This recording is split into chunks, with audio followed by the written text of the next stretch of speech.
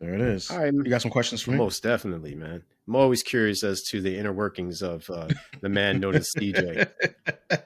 All right, so question number one It- for me. We're just gonna start off with something light. All right, mhm. why did you pick this film, man?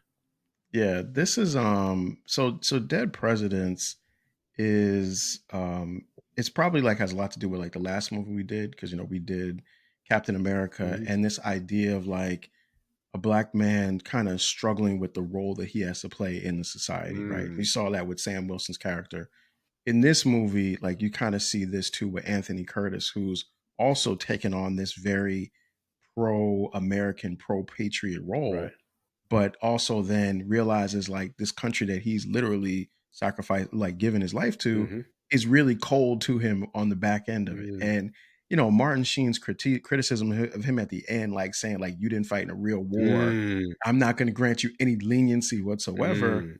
and giving him almost life in prison is like the flip side of this sense of loyalty Yeah. that Anthony has that this country does not give back to him. And I felt like when we talked about Captain America last week, those movies are not meant to really get into that kind of discussion. Mm, Like when you see Sam Wilson, everybody accepts that Sam Wilson's Captain America. right. Nobody's like, where's the white Captain America? Where's the real one? Even though we know in real life that's what would happen, Right, right? right.